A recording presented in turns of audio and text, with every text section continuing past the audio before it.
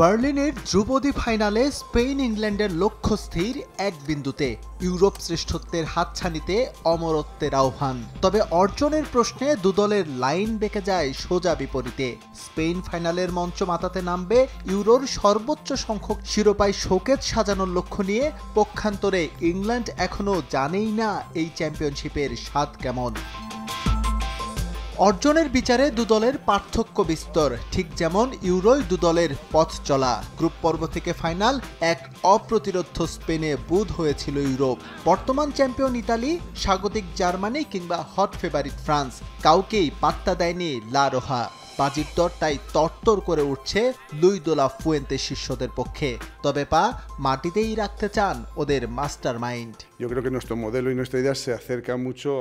আমি জানি আমার ফুটবলারদের সামর্থ্য কতটা। আমার বিশ্বাস তারা এটা করে দেখাবে। আমরা আত্মবিশ্বাসী, নিজেদের শক্তিমত্তার উপর ভরসা রাখতে চাই। সেমিফাইনালের তুলনায় এই ম্যাচটা ভিন্ন হবে, কারণ প্রতিপক্ষ হিসেবে ওরা যথেষ্ট শক্তিশালী।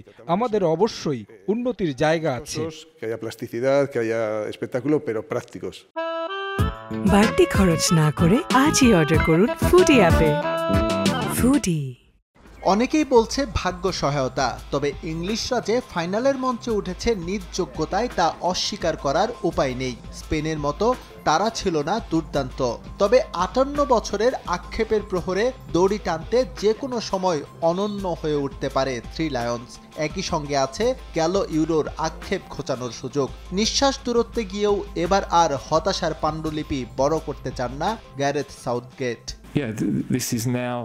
দেশের বাইরে ইংল্যান্ডকে প্রথম কোনো মেজর শিরোপার ফাইনালে তুলে সত্যিই আমার ভালো লাগছে।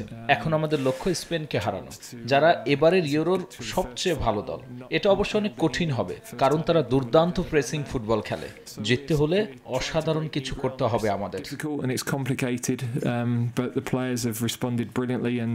ইয়ামাল, উইলিয়ামস, অলমোই দুর্দান্ত স্পেন।